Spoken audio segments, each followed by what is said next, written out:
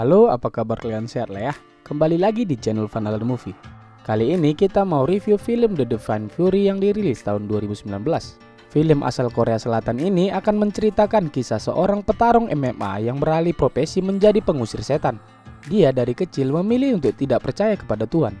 Tapi saat sudah besar, dia malah diberikan anugerah sebuah kekuatan yang bisa mengusir roh iblis dari manusia. Lah kok bisa?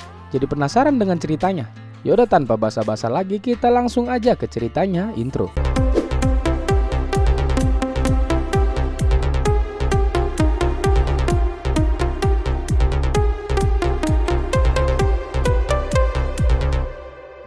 Film dibuka memperlihatkan seorang anak bernama Park Yong-hoo. Dia hidup bersama ayahnya yang seorang polisi. Mereka adalah keluarga yang beragama Katolik yang tekun dan beriman. Ayahnya selalu mengajar kebaikan kepada Yong-hoo. Dia selalu mengajaknya pergi untuk beribadah ke gereja. Ibunya Yong-hoo sudah lama meninggal dan sekarang hanya tinggal mereka berdua saja. Suatu malam ayahnya pamit ke Yong-hoo untuk bekerja. Ayahnya adalah seorang polisi lalu lintas. Di sini dia memberhentikan sebuah mobil yang melanggar lalu lintas. Dan saat dia memeriksa mobil itu, wajah kedua orang itu berubah seperti iblis dan langsung menancap mobil mereka dengan sangat cepat. Ayah Yong-hoo bergelantungan di mobil itu. Hingga akhirnya Ayah Yong-hoo terjatuh dan kemudian dia dilarikan ke rumah sakit dalam keadaan sekarat. Yong-hoo kemudian dijemput neneknya untuk melihat ayahnya di rumah sakit. Di sini Yong-hoo menangis dan sangat syok melihat kondisi ayahnya. Yong-hoo mengingat kata ayahnya di mana jika kita berdoa kepada Tuhan dengan tulus, maka doa kita akan dikabulkan. Dengan penuh harapan sambil menangis, Yong-hoo pergi ke gereja untuk berdoa agar ayahnya bisa selamat. Lalu di sini Yong-hoo bertemu seorang father di gereja. Yong-hoo menceritakan padanya bahwa ayahnya sekarang sekarat di rumah sakit. Lalu si father pun meyakinkan dirinya bahwa jika dia berdoa dengan tulus pada Tuhan, maka doa kita akan dikabulkan. Jadi mereka berdoa bersama di malam itu untuk kesembuhan ayahnya Yong-hoo. Setelah dari situ Yong-hoo pun pulang dan beristirahat. Tapi si father tadi terus berdoa untuk ayahnya Yong-hoo. Di malam itu juga terlihat ayahnya Yong-hoo di rumah sakit yang secara perlahan nafasnya mulai berhenti. Dan tak lama kemudian ayahnya pun meninggal. Di malam yang sama Yong-hoo bertemu dengan ayahnya dalam mimpi. Ayahnya mengatakan ucapan perpisahan di situ. Yong-hoo sangat sedih, namun ayahnya mengatakan padanya untuk selalu berbuat baik. Kemudian ayahnya menempelkan tangannya ke telapak tangan Yong-hoo. Lalu tiba-tiba tangan Yong-hoo pun bersinar terang. Kemudian dia pun terbangun dari mimpinya. Keesokan paginya di acara pemakaman ayahnya, Yong-hoo melihat father yang berdoa samanya semalam. Di situ Yong-hoo sangat marah dan melempari father itu dengan salib yang ada di situ. Dia marah dan merasa dibohongi karena Tuhan membiarkan ayahnya meninggal padahal dia sudah berdoa dengan tulus. Dan semenjak dari situ Yong-hoo memutuskan untuk tidak percaya kepada Tuhan, hanya percaya pada dirinya sendiri. Beberapa tahun pun berlalu. Yong-hoo tumbuh besar dan menjadi pria yang kuat. Dia sekarang menjadi petarung tinju MMA yang profesional dan terkenal. Dan hari ini dia bertarung melawan seorang petinju tangguh asal Amerika. Nah, saat dia melihat tato dari lawan yang berbentuk salib, dia mendengar bisikan-bisikan di pikirannya yang membuat dia sangat marah melihat salib itu. Lalu tiba-tiba matanya memerah, dengan beringas dia menghajar lawannya di ring itu.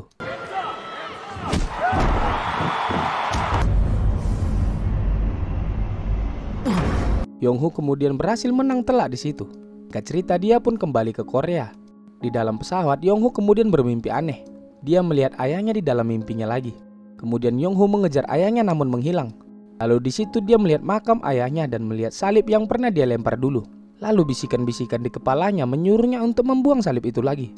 Dia lalu mencoba membuangnya namun percuma. Salib itu malah menempel lekat di tangannya. Kemudian salib itu terbakar di tangannya dan dia sangat kesakitan. Di saat yang sama sebuah bayangan gelap keluar dari tubuhnya. Nah, yang sepertinya itu adalah iblis yang selama ini menghasut dirinya. Kemudian Yong-hoo pun terbangun dan melihat ada sebuah bekas luka di telapak tangannya. Dia pun kemudian memeriksakan lukanya ke dokter. Di sini dokter melihatnya lukanya adalah luka biasa, dia hanya disuruh pulang dan meminum obat. Di malam harinya Yong-hoo tidak bisa tidur tenang. Ternyata saat tidur dia ditindih dan dicekik oleh roh jahat. Kalau kita biasa kenal namanya ini ketindihan ya. Tapi iblis itu tiba-tiba lari ketakutan setelah melihat luka di tangannya Yong-hoo. Lalu Yong-hoo pun terbangun dan melihat luka di tangannya mengeluarkan banyak sekali darah. Besoknya dia datang lagi ke rumah sakit untuk memastikan kondisi luka di tangannya. Tapi setelah diperiksa dokter mengatakan dia tidak ada penyakit apapun. Dan mereka pun mulai bingung. Setelah dari situ asistennya Yong-hoo menyarankan dirinya untuk pergi ke orang pintar atau cenayang. Dia merasa luka di tangan Yong-hoo ini tidak hal biasa. Mungkinan ada hal-hal spiritual yang terjadi padanya. Awalnya Yong-Hu tidak percaya dengan hal begituan, tapi ya karena penasaran dia pun pergi ke sana.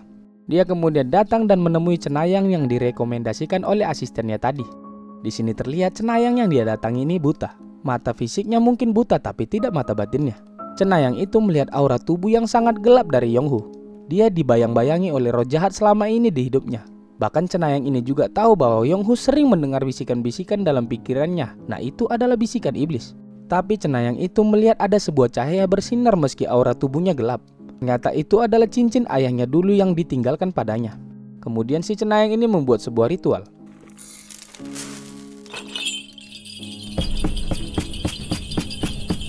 Terlihat sebuah pola berbentuk salib di meja itu. Lalu si cenayang ini kemudian menyuruh si Yong-Hu pergi ke tempat yang ditunjuk dari atas ini. Di sana dia akan bertemu seseorang yang mungkin bisa membantu Yong-Hu. Dia mengikuti saran dari cenayang ini dan pergi ke sana. Lalu scene berpindah memperlihatkan seorang pastor bernama An. Dia ditemani oleh partnernya Father Choi. Di sini mereka sedang melakukan eksorsim atau pengusiran setan terhadap seorang pria. Nah, di sini roh jahat dalam tubuh pria itu memberontak dan menyerang balik Pastor An.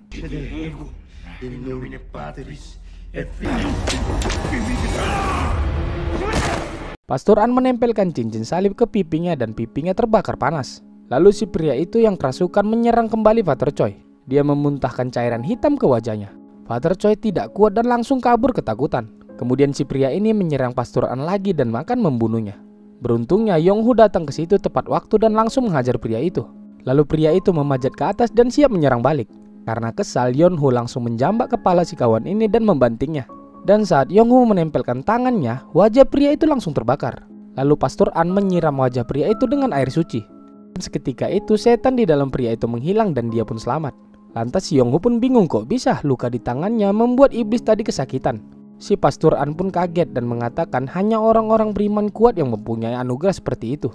Padahal Yong-Hu sudah lama memilih tidak percaya pada Tuhan. Lalu tiba-tiba Yong-Hu mendengar bisikan-bisikan roh jahat lagi di kepalanya dan menyuruhnya untuk membunuh si Pastor An. Tapi si Pastor An sadar bahwa Yong-Hu diselimuti iblis jahat dalam pikirannya. Dia pun langsung mendoakan Yong-Hu dan seketika suara di pikiran Yong-Hu menghilang. Pastor An merasakan ada banyak roh jahat yang mengelilingi Yong-Hu. Dia kemudian mendoakan rumah dan kamar Yong-Hu yang dikelilingi oleh roh jahat.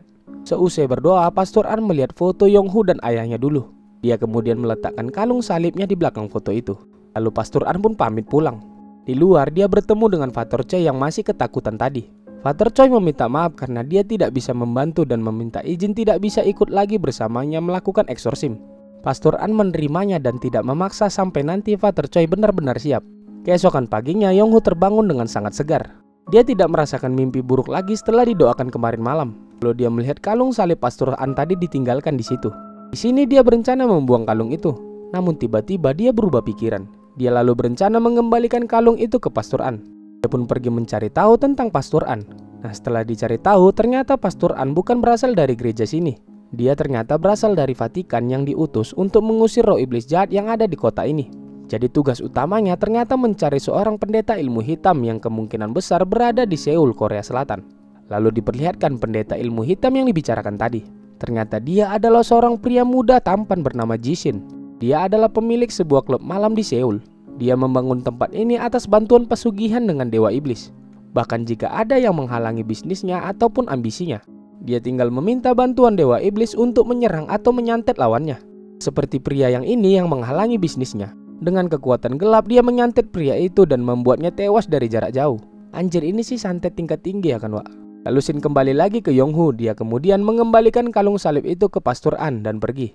Di malam harinya karena kalung salib itu tidak lagi di kamarnya, tidurnya Yong-Hu kembali tidak tenang. Dan di sini terlihat semakin banyak darah keluar dari tangannya. Artinya karena salib tadi itu tidak di kamar, sangat banyak iblis yang ingin menyerangnya. Jadi kekuatan dari cahaya di tangannya ini yang menjaganya.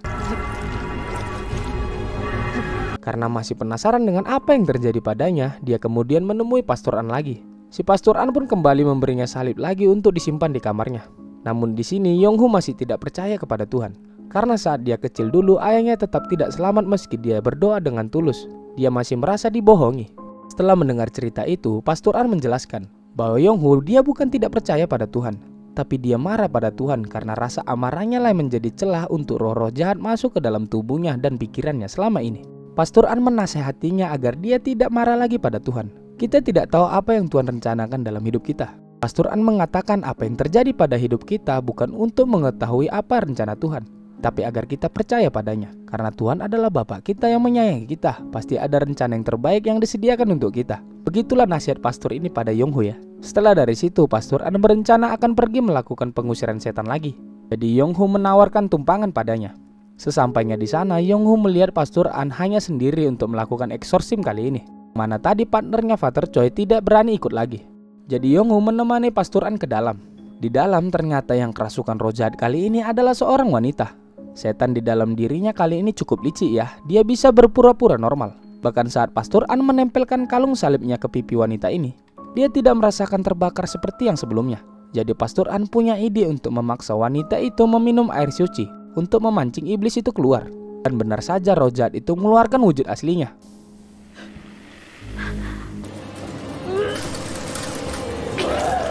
Iblis kali ini benar-benar kuat. Dia bisa mengangkat Pastor An tanpa menyentuhnya. Melihat Pastor An kesulitan Yong-ho melawan wanita itu, namun di sini dia malah diangkat ke atap. Lalu iblis dalam tubuh wanita itu mengenali Yong-ho. Dia mengatakan bahwa dialah yang membunuh ayah Yong-ho dulu. Ya jelas amarah Yong-ho keluar mendengar hal itu. Dia langsung berniat membunuh wanita itu karena emosi. Tapi Pastor An menahan Yong-ho dan menenangkannya.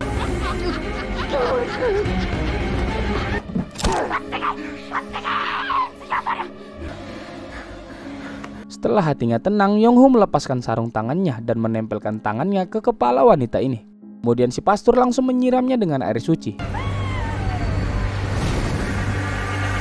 Wanita itu pun berhasil selamat.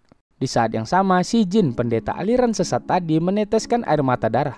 Ternyata wanita tadi itu adalah pacarnya Jisin. Lama ini wanita itu sudah kena guna-guna oleh si Jisin. Jadi Pastor An mewawancarai wanita ini berharap dia memberitahukan di mana keberadaan si pendeta ilmu hitam itu. Belum sempat menjawab, tiba-tiba wanita itu merasakan sakit dari dalam tubuhnya. Ternyata dari jauh si dukun sesat ini menyantet pacarnya dan berniat membunuhnya. Pastor An langsung mendoakan wanita itu, dan yang pastilah doa orang benar besar kuasanya ya kan. Lalu terlihat boneka yang dipakai untuk menyantet wanita itu tiba-tiba terbakar dan santet itu pun terputus.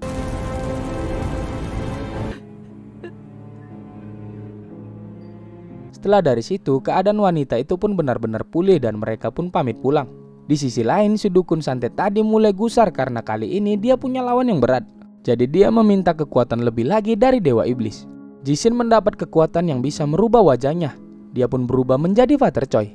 Kemudian dia pergi menemukan seorang anak polos yang kebetulan sedang ketakutan karena dibully teman-temannya. Di sini dia memanfaatkan anak itu dan menjadikan anak itu umpan. Dia memasukkan banyak sekali iblis jahat ke dalam diri anak itu. Setelah dari situ, dengan wujudnya Father Choi, Jisin menemui Yong-ho. Di sini dia mempropaganda Yong-ho dan mengatakan bahwa dirinya dimanfaatkan oleh Pastor An. Hal itu bertujuan agar Yong-ho ini tidak membantu lagi Pastor An, sehingga dia dengan mudah mengalahkan Pastor An nantinya. Karena hasutan itu, Yong-ho mulai kepikiran dan ragu pada Pastor An. Jadi dia tidak menjawab telepon dari pastor yang meminta bantuannya untuk mengusir setan dari anak yang tadi. Karena tidak mendapat jawaban, jadi Pastor An memutuskan untuk melakukannya sendiri. Lalu terlihat anak yang kesurupan tadi sudah berada di ruangan dengan beberapa suster yang berdoa untuknya. Mereka berdoa sekuat hati, tapi iblis yang dimasukkan ke anak itu terlalu kuat. Dia bisa melawan mereka semua. Lama kemudian Pastor An pun datang ke situ. Dengan cepat dia langsung mengusir setan yang ada dalam tubuh anak itu.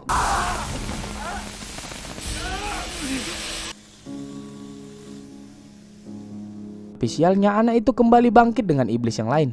Ternyata ada sekitar 666 iblis dimasukkan ke dalam tubuh anak itu. Banyak kali iblisnya ya. Jadi Pastor An harus melakukan pengusiran setan secara berulang-ulang sampai dia kelelahan. Sisi lain diperlihatkan Yong-ho ditawari oleh manajernya untuk mengikuti pertandingan tinju MMA selanjutnya dengan hadiah yang sangat besar. Tapi di sini dia tidak fokus. Dia kepikiran dengan Pastor An. Dia benar-benar galau antara pergi menolong Pastor An atau fokus ke pertandingan MMA-nya. Dan saat dia melihat gelang salib yang dipakai oleh seorang wanita, kali ini dia merasakan hal yang berbeda. Dia tidak merasakan marah lagi seperti yang dulu, pun yakin ingin kembali ke jalan yang benar. Kemudian dia bergegas menyusul Pastor An. Lalu Sin kembali ke Pastor An. Dia sangat kelelahan karena saking banyaknya iblis yang harus dia usir. Melihat Pastor An sudah melemah, anak itu langsung mengajar habis-habisan Pastor An. Beruntungnya Yong-Hu datang tepat waktu. Dengan cepat dia menolong Pastor An dan mengusir iblis di dalam tubuh anak itu.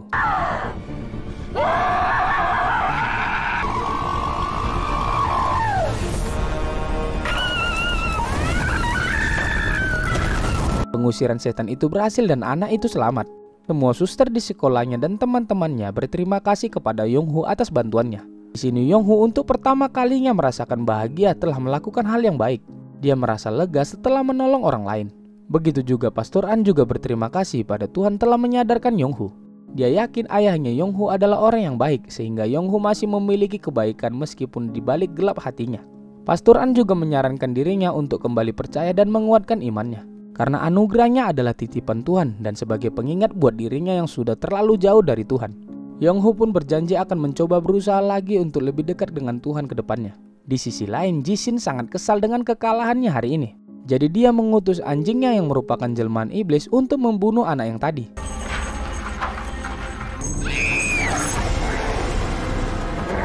Pastor An dan Yong-Hu pun menerima kabar bahwa anak itu sudah tewas. Mereka bersedih dan datang ke rumah sakit untuk melihat jasad anak itu. Dan ternyata Jishin sudah ada di situ juga. Yong-Hu menyadari ada yang tidak beres. Dia mencari di mana keberadaan pendeta ilmu gelap itu. Lalu tiba-tiba anak itu terlihat hidup kembali dan menangis ketakutan. Ternyata itu semua adalah tipu daya iblis yang membuat mereka berdua terpisah. Dan ini kesempatan si Jishin untuk menyandra Pastor An. Saat Yong-Hu kembali, dia sudah melihat Pastor An sudah disandra oleh Jishin. Dia mengancam akan menusukkan pisau itu ke leher Pastor An, kecuali dia mau menyangkal Tuhan di depan matanya. Karena Yong-Hu tidak mau pastor itu tewas, dia pun ingin melakukannya. Tapi pastor itu tidak rela, dia menusukkan sendiri pisau itu ke lehernya. Dia lebih memilih mati daripada harus melihat Yong-Hu menyangkal Tuhan. Lalu si Jishin itu menghilang dan terlihat pisau itu bukan pisau biasa. Pisau itu berisi mantra di mana pastor itu sekarang sangat sekarat seperti terbakar di lehernya. Yong-Hu langsung membawa Pastor An ke rumahnya dan kebetulan Father Choi ada di situ. Mereka membawa masuk Pastor An ke dalam. Dia meminta Father Choi mendoakan terus Pastor An. Yong-Hu pun kemudian pergi ke gereja dan marah-marah. Dia merasa Tuhan diam saja saat ada hambanya yang sekarat. Di sini dia memutuskan untuk pergi sendiri mencari pendeta ilmu gelap tadi. Sebelum dia pergi, Father Choi memberikan cincin salib milik Pastor An pada Yong-Hu. Yong-Hu juga diberikan baju pastor yang sudah didoakan sebelumnya untuk dipakai nanti melawan para iblis di sana. Singkat cerita, Yong-Hu mencari tahu di mana tempat tinggal Jishin dari wanita yang diguna-guna tadi. Setelah itu dia pun pergi ke klubnya Jishin. Di sisi lain terlihat Jishin sadar Yong-Hu akan segera ke sini mengejarnya. Dia mempersiapkan anak buahnya untuk bertarung melawan Yong-Hu nantinya. Tak lama kemudian Yong-Hu pun sampai ke klub itu. Ya jelas Yong-Hu bisa mengalahkan anak buahnya mereka dengan mudah. Apalagi dia ini bukan cuma sekedar pengusir setan biasa. Dia juga seorang petarung MMA. Pilih lawan lah orang ini ya kan. Semua anak buahnya Jishin kalah. Dan di sini Jishin menyadari kekuatannya sekarang tidak bisa mengalahkan Yong-Hu. Jadi dia meminta kekuatan lebih dari dewa iblis ular. Namun yang mengagetkannya, dia disuruh menusukkan pisau ke jantungnya jika ingin kekuatan penuh. Awalnya dia ragu, namun karena anak buahnya sudah kalah semua dan hanya dia yang tersisa, dia kemudian menusukkan pisau itu ke jantungnya.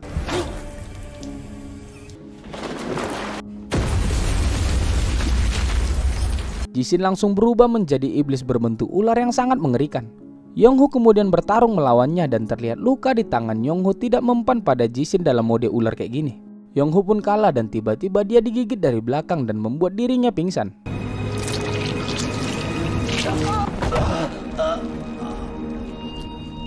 Di dalam mimpinya Yong-Hu bertemu dengan ayahnya. Dia langsung memeluk ayahnya yang sangat dia rindukan itu. Lalu ayahnya di sini meyakinkan Yong-Hu agar tetap kuat. Dia yakin anaknya ini bisa mengalahkan iblis itu dengan kekuatan dari Tuhan. Kemudian ayahnya memegang tangan Yong-Hu dan tiba-tiba api putih menyala dari tangannya. Lalu Yong-Hu pun terbangun. Dia sekarang memiliki kekuatan yang lebih overpower. Iblis itu pun kemudian kembali menyerangnya. Dan tak disangka kepalan api itu sekarang bisa melukai Jishin dalam mode ular seperti ini. Mereka berdua pun bertarung habis-habisan di situ. Jishin benar-benar kuat dan bertarung sangat gesit. Hal itu membuat Yong-Hu sangat kesulitan. Lalu Yong-Hu menggenggam kuat cincin salib yang diberikan tadi. Seketika itu api putih menyala lebih besar. Lalu Yong-Hu memukul Jishin dan membuatnya terpental jauh.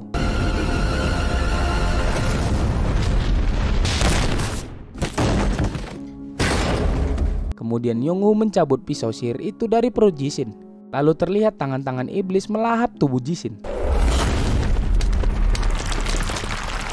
setelah dari situ Yong-hoo pun segera pulang dan melihat Pastor An yang sudah terlepas dari kekuatan ilmu hitam tadi.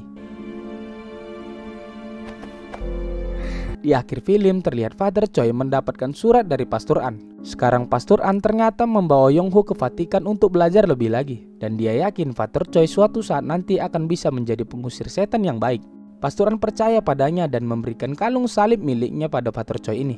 Dan film pun selesai. Oke, gimana? Seru kan? Ya, jadi film ini agak berbeda dengan film exorcism lainnya ya. Kayak film The Conjuring contohnya. Kebanyakan seram terus ya kayak ya you know lah. Nah, film ini lebih seru karena kombinasi antara action fighting dan horror saat melakukan pengusiran setan. Jadi punya warna sendirilah film ini. Lalu tadi di ending mungkin Yong-hoo sangat kecewa sekali lagi pada Tuhannya. Karena saat Pastor An sekarat terlihat seperti Tuhan hanya diam saja dan dia kembali mengandalkan dirinya sendiri. Tapi lihat saat dia bertarung melawan Jisin tadi. Kalau dia hanya mengandalkan dirinya sendiri ya dia udah kalah dari awal. Tanpa dia sadari Tuhan menolongnya saat sekarat melawan iblis ular tadi. Itu kira-kira pesan bagus dari film ini ya. Supaya kita jangan terlalu mengandalkan diri kita sendiri dalam menghadapi hingar-bingarnya dunia ini. Kita harus tetap mengandalkan Tuhan ya guys. Oke, sekian dulu cerita dari film The Divine Fury. Sampai jumpa di video selanjutnya. Bye.